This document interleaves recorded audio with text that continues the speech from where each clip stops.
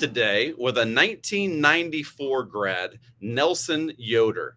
Nelson, I remember when I was a student here and also as a college staffer. And Nelson stood out for being one of the most outstanding members of the Dublin Coffman band program. And actually, it would have been the Dublin High School band program, right, Nelson? Yeah. You were the last part of that. But Nelson, if you wouldn't mind, tell everyone your background. You graduated in 1994, and you were one of our French horns, one of our outstanding French horns. And kind of take everyone through after graduating. What was it, the things that you went and did, schooling and early jobs, that kind of thing?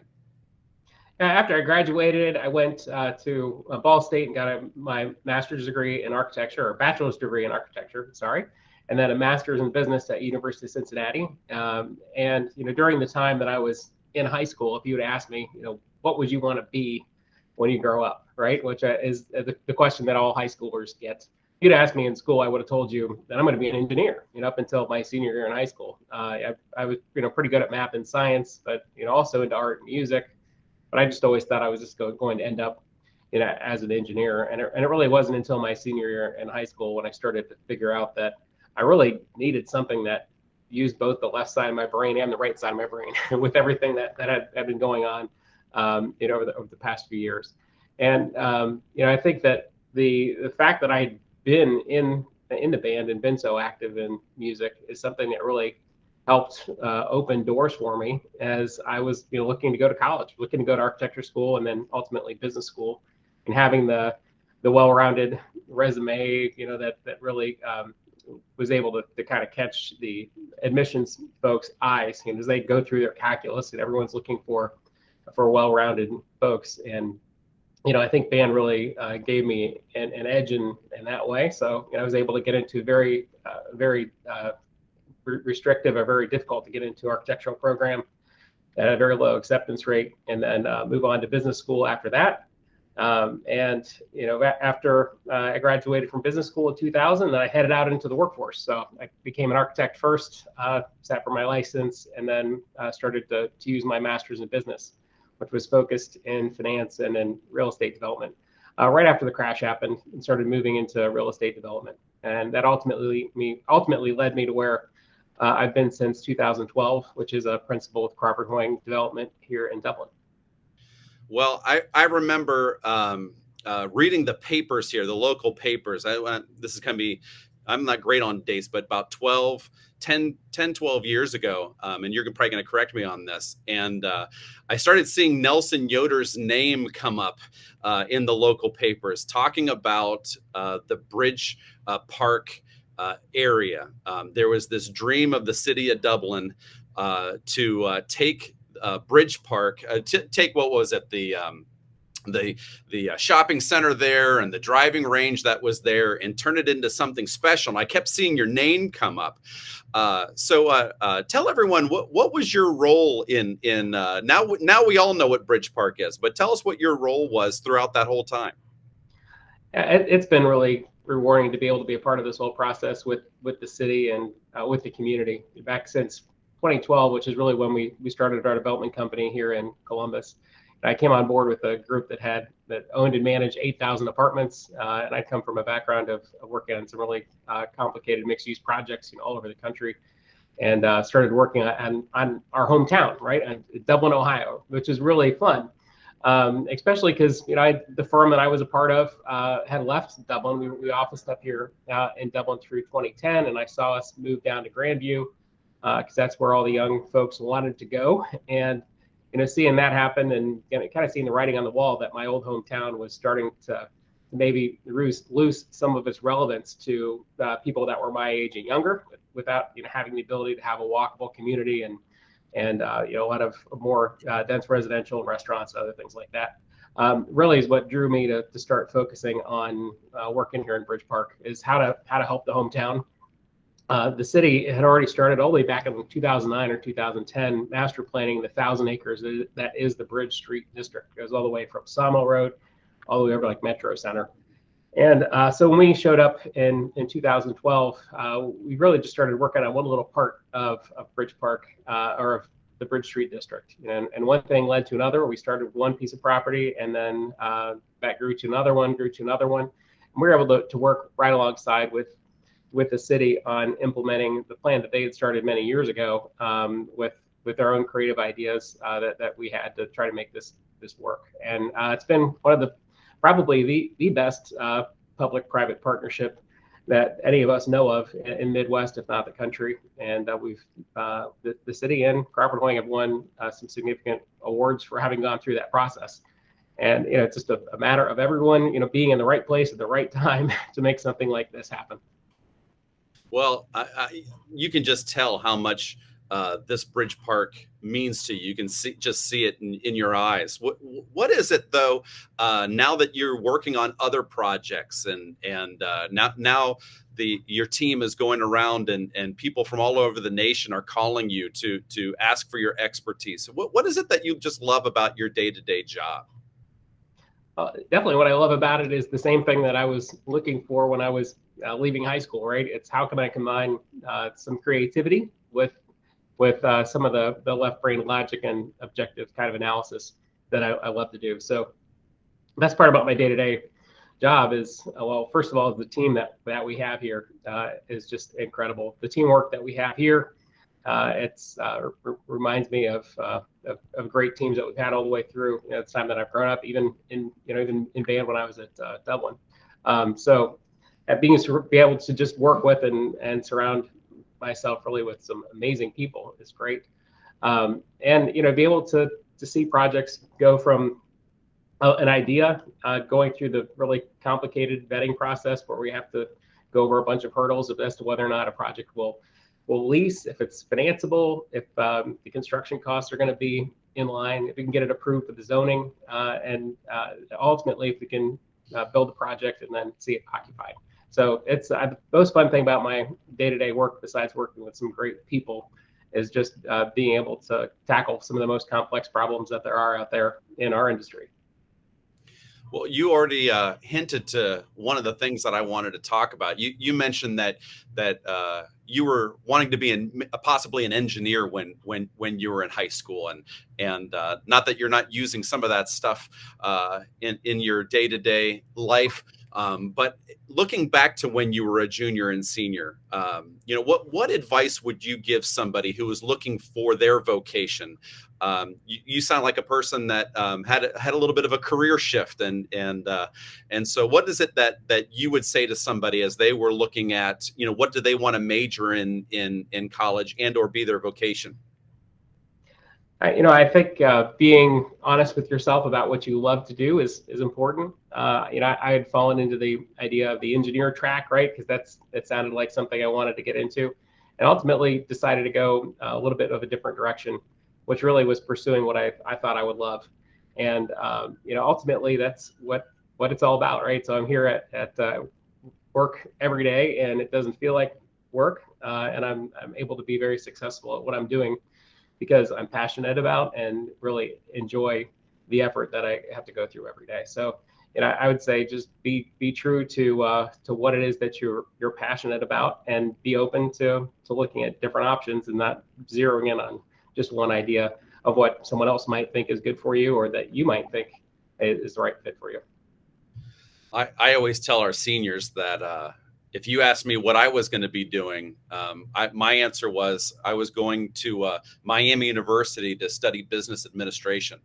And two things were wrong with that. One is I didn't get into Miami, and two, I didn't even know what business administration was. It just sounded cool. So Right. I had my own path of what I thought I was going to do versus what ended up happening to me. As you take a look at the band program, both you and I had Dr. Keller as our band director, and we loved the lessons that we learned by being in the band program. The things that about to be early is to be on time, and being committed to a group, and to not to work hard so that your contribution can be seen by others.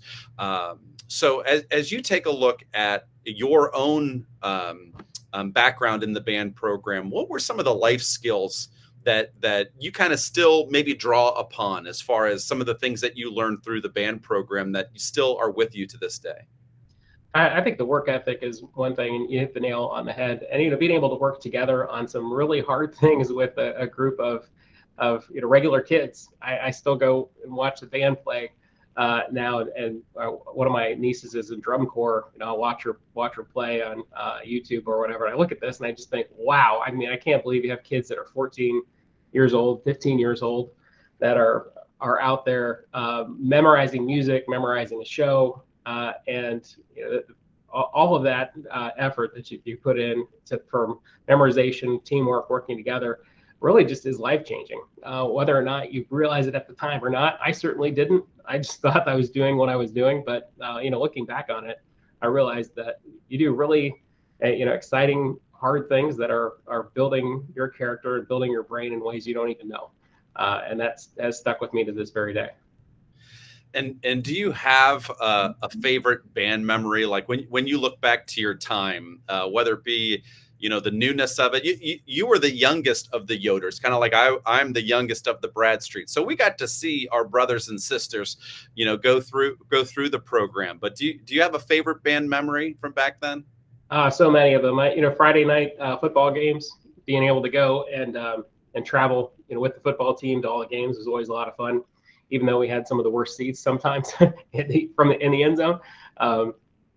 But being a part of that, there are so many Friday night football games where we're playing in front of full stands, whether it be hot in August or 30 degrees in October.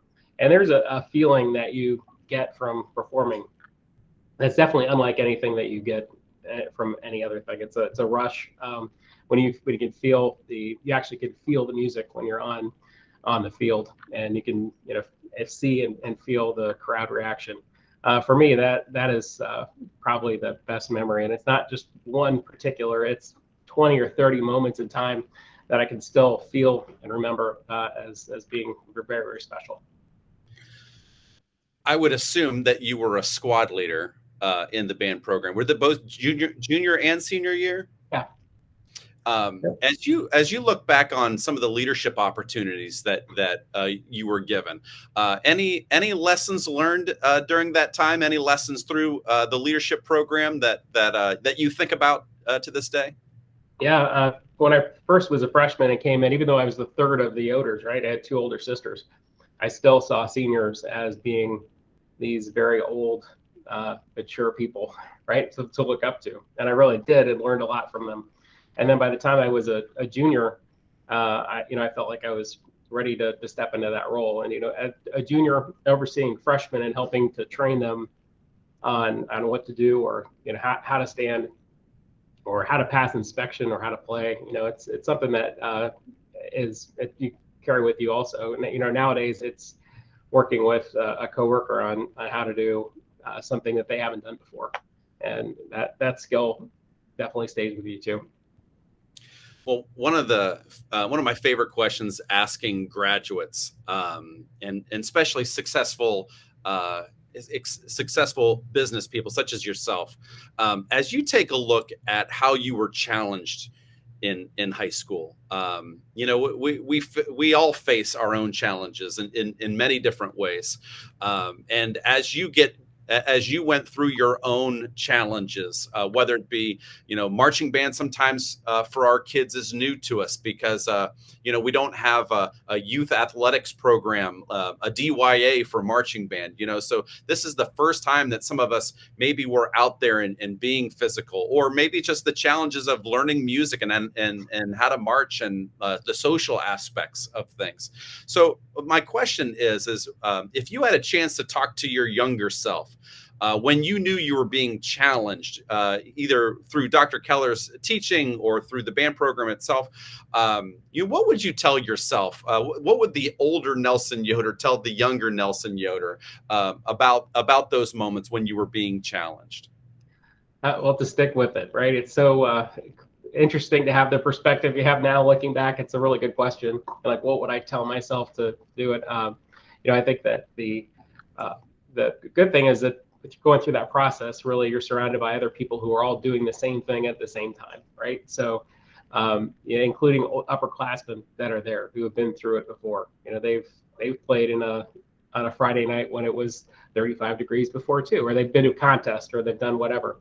So, even though I have a lot more perspective now, looking back on my time when I was in band, it was really probably more valuable, at that time, to just have the perspective of everybody else that was around me that had already been through it before and done it before. Because I feel like they were able to help in those situations as much as future Nelson could help in those situations. Well, Nelson, I want to thank you for taking the time to share with us a little bit about your own story here. Whether all of Dublin knows of how much you were involved in creating something special, I had a unique moment where I took my dad, who hasn't lived in Dublin for 25 years, and we parked at the library parking lot and walked across the bridge to get to Cap City Diner, and just the aesthetic of taking a walk to a restaurant. I grew up in Old Dublin, and it's just things I never thought would ever exist in our town. And to see what you have done and what your company has done to making a little part of Dublin something really, really special. It's just neat to know that a Dublin Coffman Dublin High School band student was a part of all of this. So I just want to thank you. You have put your stamp on Dublin. And it's nice to put a face with a name here for some of our kids and who are going to be watching these videos. So thanks for everything that you've done as part of the Dublin community. Thank you, and thanks for everything you're doing for our kids now and have done over the last generation or so since Dr. Keller stepped down. It's a very, very important work, and I'm walking proof of it, I guess, that what happens between 9th and 12th grade during those formative years is really important to setting the trajectory for where you're going to end up. And I couldn't have had a better teacher and a better experience through that process. Thank you so much for spending some time with us. Have a wonderful day. Thank you.